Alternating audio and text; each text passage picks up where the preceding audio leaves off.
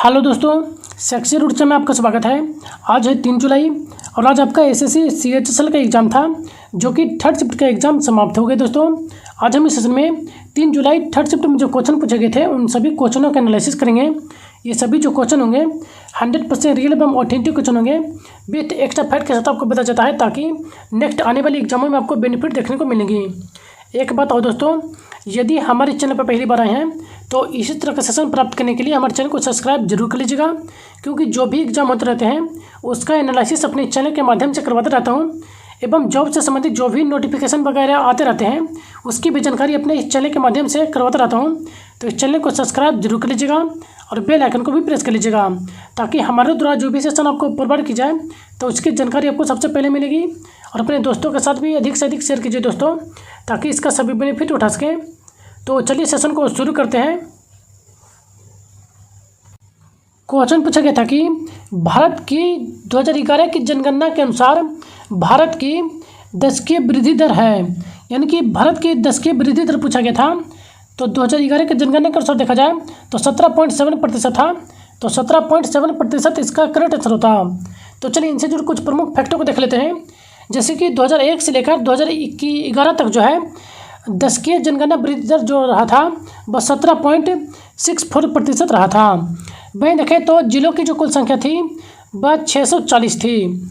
कुल जनसंख्या जो था 1.2 अरब था, जबकि 68.8% जो कि शहरी जनसंख्या थी, जबकि 31.2% ग्रामीण जनसंख्या थी। वहीं देखें तो बाल लिंगानुपात जो था वह 0 से लेकर 6 वर्ष के लिए वह 919 था।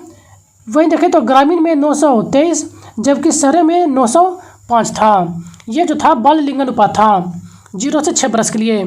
नेक्स्ट देखें तो जनसंख्या घनत्व जो भारत का था वह 382 व्यक्ति प्रति वर्ग किलोमीटर था। नेक्स्ट देखें तो साक्षरता दर जो था वह भारत का वह 74.04% था। नेक्स्ट देखें तो भारत की कुल विश्व में जनसंख्या देखा जाए पूरे विश्व का तो 17.5% था, यानी कि पूरे विश्व की जनसंख्या का 17.5% जो कि भारत में जनसंख्या था। तो इस प्रमुख सभी फैक्ट को ध्यान में रखेगा। जैसा कि दोस्तों जनगणना से डिफरेंट 1 से 2 क्वेश्चन पूछे जा रहे हैं प्रत्येक शिफ्ट में, तो जिनका भी नेक्स्ट डे में आने वाला एग्जाम है तो जनगणना जरूर करके जाइएगा 2011 का। तो चलिए आगे चलते हैं। नेक्स्ट क्वेश्चन पूछा गया था, होला महोत्सव किस धर्म के लोगों का उत्सव है? तो होला जो महोत्सव है वो सिख धर्म का एक उत्सव है। तो सिख धर्म इसका करेक्ट आंसर होता। इनसे जुड़े कुछ प्रमुख फैक्टों में देखें तो गुरु गोविंद सिंह ने जो है होली के अगले दिन जो कि 1701 ईस्वी में बसंत को होला उत्सव मनाया था, यानी कि होली के अगला दिन जो है होला उत्सव मनाने के लिए शुरुआत जो किया गया था वह गुरु गोविंद सिंह के द्वारा किया गया था। वहीं देखें यह जो है होला महोत्सव जो कि साहस एवं रक्षा की तैयारी को संदेश देता है, जो कि सिखों के 10वें गुरु के द्वारा जो है इसकी शुरू किया गया था। वहीं देखें तो सिख धर्म का महत्व जो है नए साल के रूप में त्यौहार के रूप में जो है जो मनाते हैं बैसाखी, दिवाली और होला उत्सव, ये सभी जो है नए साल जो होता है उसके उपलक्ष्य में जो है ये मनाया जाने वाला प्रमुख त्यौहार है। वहीं देखें तो पंजाब के प्रमुख लोक नृत्यों में तो भांगड़ा, गिद्धा, झूमर नृत्य, मलावी नृत्य, सोमनी डांस, किकली नृत्य, गतका नृत्य, लुड्डी और किकनी, सधरवा, बाहरी, ये सभी जो नृत्य हैं जो कि पंजाब के जो है प्रमुख लोक नृत्यों में से एक है। तो इन सभी को ध्यान में रखिएगा। नेक्स्ट क्वेश्चन पूछा गया था, 1903 में भौतिक का नोबेल पुरस्कार जीतने वाली पहली महिला कौन थी? तो 1903 में जो है भौतिक का जो नोबेल पुरस्कार सबसे पहले जीते थी महिला में वह मैडम क्यूरी थी। तो मैरी क्यूरी इसका करेक्ट आंसर होता। वहीं देखें तो नोबेल पुरस्कार जीतने वाली पहली महिला जो थी वो मैडम क्यूरी थी, जिन्हें 1903 ईस्वी में जो है इनके पति के साथ यानी कि पियरे क्यूरी के साथ जो है इनको भौतिक का नोबेल पुरस्कार प्रदान किया गया था। वहीं देखें तो केवल एक ही महिला जो कि मैरी क्वीन है जो कि 2 बार जो है भौतिक में नोबेल पुरस्कार पाने वाली महिला हैं। इनको जो है 1903 और एवं रसायन के लिए जो है नोबेल पुरस्कार 1911 में प्रदान किया गया था। यानी कि यह महिला हैं जो कि 2 बार इनको नोबेल पुरस्कार प्रदान किया गया है, जो कि पहली महिला थी।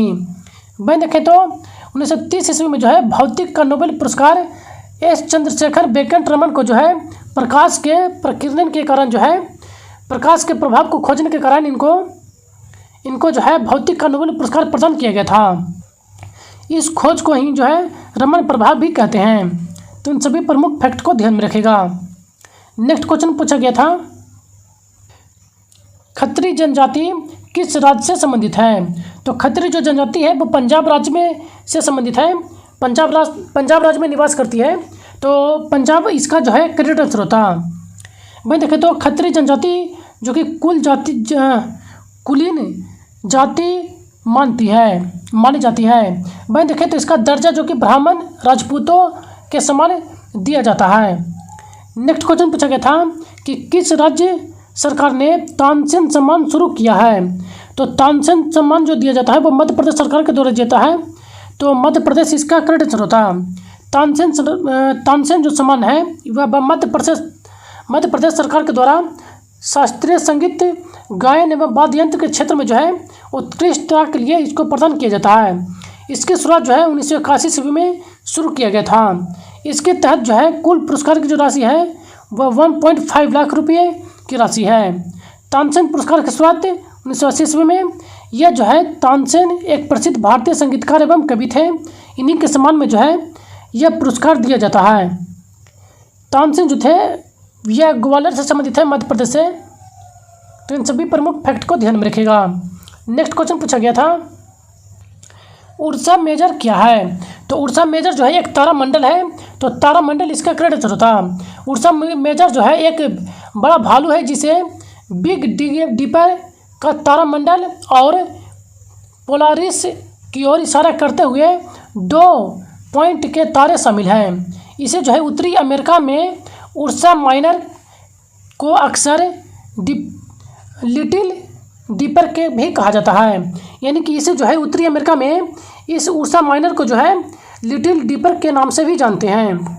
वहीं देखें तो इसकी पूंछ जो है अंत में उत्तर की ओर तारा होता है। तो इन प्रमुख इसे भी ध्यान में रखिएगा। इसे जो है अमेरिका में लिटिल डिप के नाम से जानते हैं। तो चलिए आगे चलते हैं। नेक्स्ट क्वेश्चन पूछा गया था, यूक्रेन से भारतीयों को वापस लाने के लिए कौन सा ऑपरेशन चलाया गया था? तो यूक्रेन से जो है भारतीयों को वापस लाने के लिए ऑपरेशन गंगा चलाया गया था। तो ऑपरेशन गंगा इसका करेक्ट आंसर होता। ऑपरेशन गंगा जो कि 2022 में यूक्रेन और रशिया में जो युद्ध हुआ था उसी के कारण जो है वहाँ से सभी भारतीयों को जो है वापस लाने के लिए ऑपरेशन गंगा को चलाया गया था। नेक्स्ट देखें तो इसी तरह का जो ऑपरेशन है जैसे कि ऑपरेशन अजय, जो कि भारत ने जो है इजराइल में फंसे भारतीयों को जो है वापस लाने के लिए चलाया गया था ऑपरेशन अजय। नेक्स्ट देखें तो ऑपरेशन कावेरी, जो कि संकटग्रस्त सूडान से जो है में फंसे भारतीय नागरिकों को जो है वापस लाने के लिए जो है ऑपरेशन कावेरी चलाया गया था। तो इन सभी प्रमुख फैक्ट को ध्यान में रखिएगा। नेक्स्ट क्वेश्चन पूछा गया था, गुड फ्राइडे कौन से धर्म से संबंधित है? तो गुड फ्राइडे जो है ईसाई धर्म के द्वारा मनाया जाता है। तो ईसाई धर्म इसका करेक्ट आंसर होता। तो चलिए इनसे जुड़े कुछ प्रमुख फैक्टों को देख लेते हैं। जैसे कि ईसा मसीह का जन्म प्रति वर्ष जो है साधारणतः देखा जाए तो 25 दिसंबर को क्रिसमस डे के रूप में मनाते हैं। यानी कि ईसा मसीह के जन्म को जो है प्रति वर्ष 25 दिसंबर को क्रिसमस डे के रूप में मनाते हैं। गुड फ्राइडे पर जो है इनकी क्रूरता पर चढ़ने यानी कि ईस्टर यानी कि रविवार को जो है पूर्ण तिथि के रूप में जो है मनाते हैं। यानी कि ईस्टर रविवार के दिन को जो है पूर्ण तिथि के रूप में मनाया जाता है। इसी दिन जो है यीशु को जो है सूली पर चढ़ाया गया था, इसीलिए जो है इसे ईस्टर के रूप में मनाए जाते हैं। नेक्स्ट देखें तो यीशु को जो जन्म है 1 से लेकर 1 या 6 ईसा पूर्व जो है इनका माना जाता है, जो कि फिलिस्तीन के शहर बेथलेहम में हुआ था। वहीं देखें तो इनका माता का जो नाम था मैरी था एवं इनके पिता का नाम यूसुफ था। तो इन फैक्ट को भी ध्यान में रखेगा। नेक्स्ट क्वेश्चन पूछा गया था, फसलों के संदर्भ में H/V का पूर्ण रूप क्या है? तो फसलों के संबंध में देखा जाए तो H/V का जो पूर्ण रूप होता है हाई लीडिंग वैरायटी। तो हाई विल्डिंग वैरायटी इसका करेक्ट आंसर होता है। भाई देखें तो यह जो है, ये जो H/V जो होते हैं इसके जो बीज की जो गुणवत्ता होती है अन्य सरल बीज की गुणवत्ता के अनुसार जो है यह बेहतर होती है। यानी कि सामान्य जो बीज होते हैं उससे इनके बीज के जो है गुणवत्ता बेहतर होती है। वह देखें तो इनकी इसके जो बीज होते हैं वह कीड़ों एवं अन्य बीमारियों से लड़ने में यानी कि सहायक होते हैं। वह देखें तो MS स्वामीनाथन को जो है भारत के हरित क्रांति के जनक के रूप में जानते हैं। नॉर्मन बोरलॉग जो कि हरित क्रांति के जनक के रूप में जानते हैं, जो कि विश्व में जो इनको जाना जाता है। तो यह भी ध्यान में रखेगा। नेक्स्ट क्वेश्चन पूछा गया था, राइका जनजाति किस राज्य में रहती है? तो राइका जनजाति जो कि राजस्थान में निवास करती है, तो राजस्थान इसका करेक्ट आंसर होता है। इनसे जुड़ी प्रमुख फैक्टों को देखें तो राजस्थान के जयपुर जोधपुर में देखा जाए तो राइका जनजाति के नाम से निवास करती है। वहीं देखें तो हरियाणा पंजाब में इस जनजाति को राइका ही कहा जाता है। गुजरात मध्य राजस्थान में जो है देवासी देसाई रबारी नाम से भी पुकारा जाता है। वहीं देखें तो भारत में करीब 1 करोड़ जो है 1 करोड़ लगभग आबादी इनकी पाई जाती है। तो इन प्रमुख फैक्ट को ध्यान में रखेगा।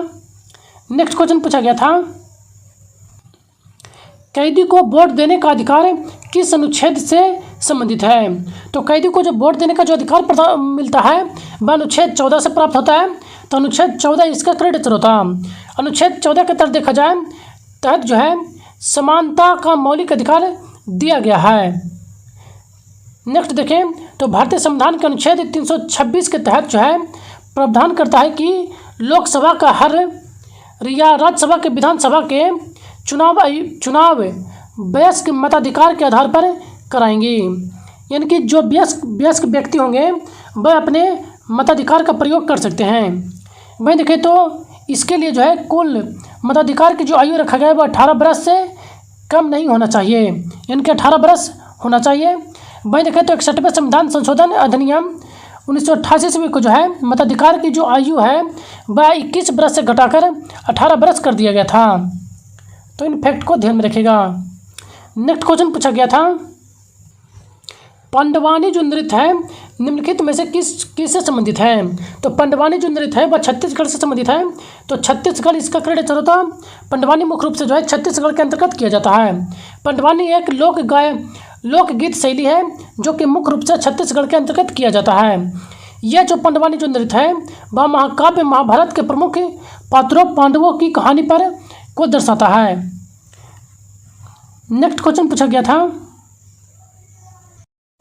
दक्कन के पठार का आकार कैसा है? तो दक्कन के पठार का जो आकार है वो त्रिभुजाकार है।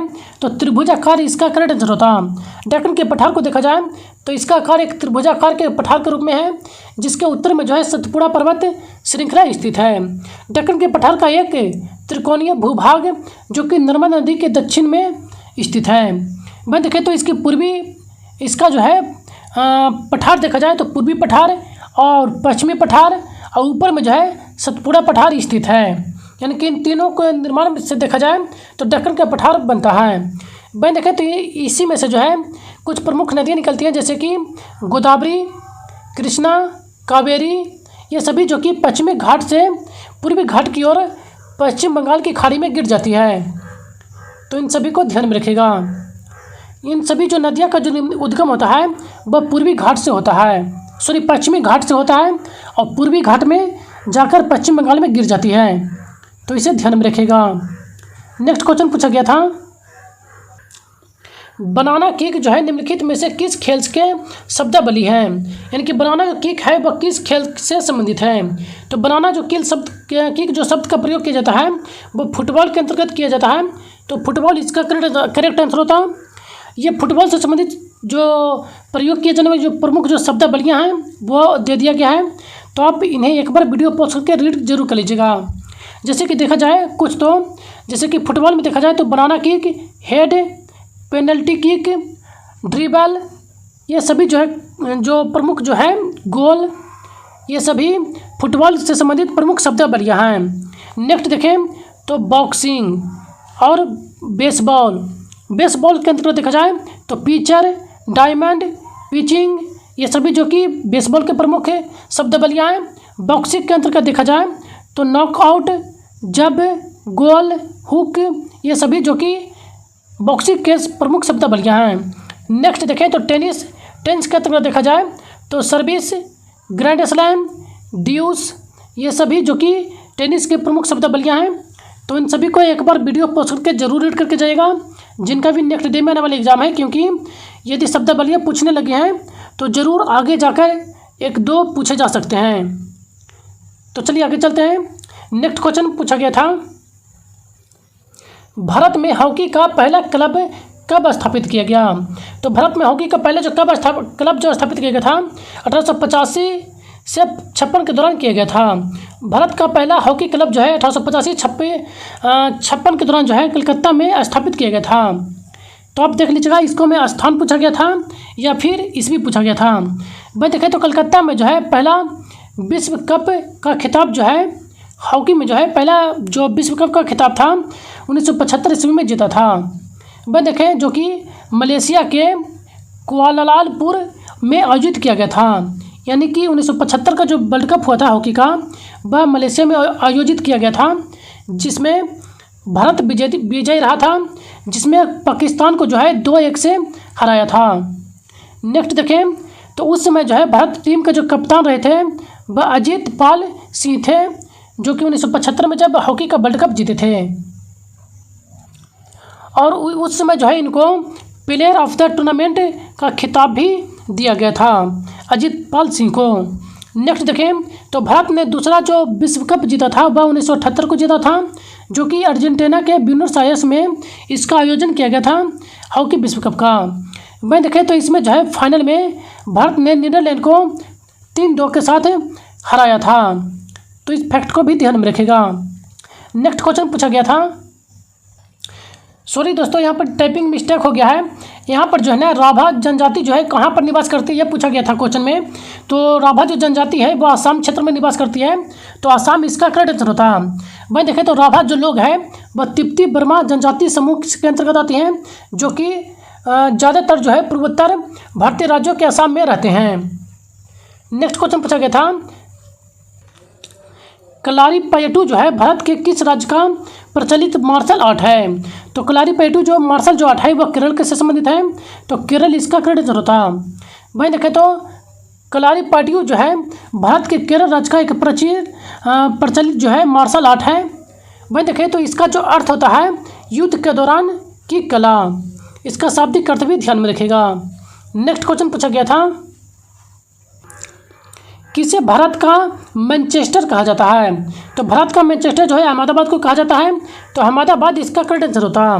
अहमदाबाद जो कि गुजरात का एक शहर है, जो कि भारत का इसे मैनचेस्टर कहा जाता है। अहमदाबाद जो कि साबरमती नदी के किनारे स्थित है। वहीं देखें तो पहली मिल जो कि स्थापित जो किया गया था 1859 में स्थापित किया गया था। मुंबई के बाद जो है भारत का दूसरा सबसे बड़ा कपड़ा मिल इसी शहर यानी कि अहमदाबाद में स्थित है, यानी कि मुंबई के बाद जो है दूसरा स्थान रखता है।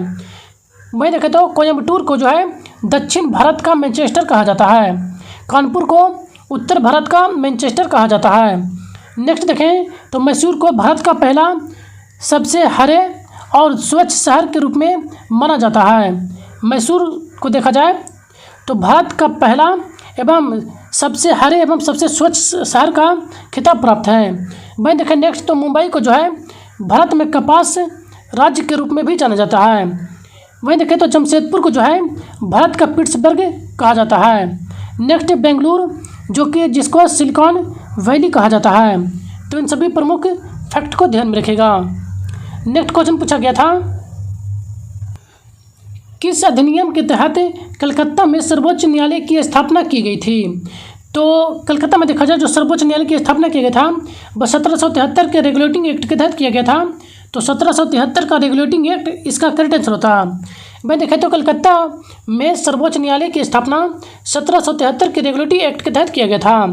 भाई देखें तो इसके जो मुख्य न्यायाधीश वो थे वो सर एलिजा इम्पे थे, जो कि इसके प्रथम मुख्य न्यायाधीश थे। भाई देखें तो इस सर्वोच्च न्यायालय में एक मुख्य न्यायाधीश एवं 3 अन्य न्यायाधीश थे। वहीं देखें तो इसके जो 3 अन्य न्यायाधीश थे वह चैम्बर्स, लेमेस्टर और हाइट थे। ये जो थे सर्वोच्च न्यायालय जो कलकत्ता में बना था सर्वप्रथम, उसके ये 3 अन्य न्यायाधीश थे और एक मुख्य न्यायाधीश सर एलिजा इम्पे थे। तो इस सभी को ध्यान में रखेगा। तो आज का ये लास्ट क्वेश्चन है दोस्तों। यदि सेशन पसंद आए तो चैनल को एक लाइक जरूर करके जाइएगा दोस्तों, और अपने दोस्तों के साथ भी अधिक से अधिक शेयर कीजिए ताकि इसका सभी बेनिफिट उठा सकें। और यदि हमारे चैनल पर पहली बार हैं दोस्तों तो हमारे चैनल को सब्सक्राइब जरूर करके जाइएगा और बेल आइकन को भी प्रेस कर लीजिएगा।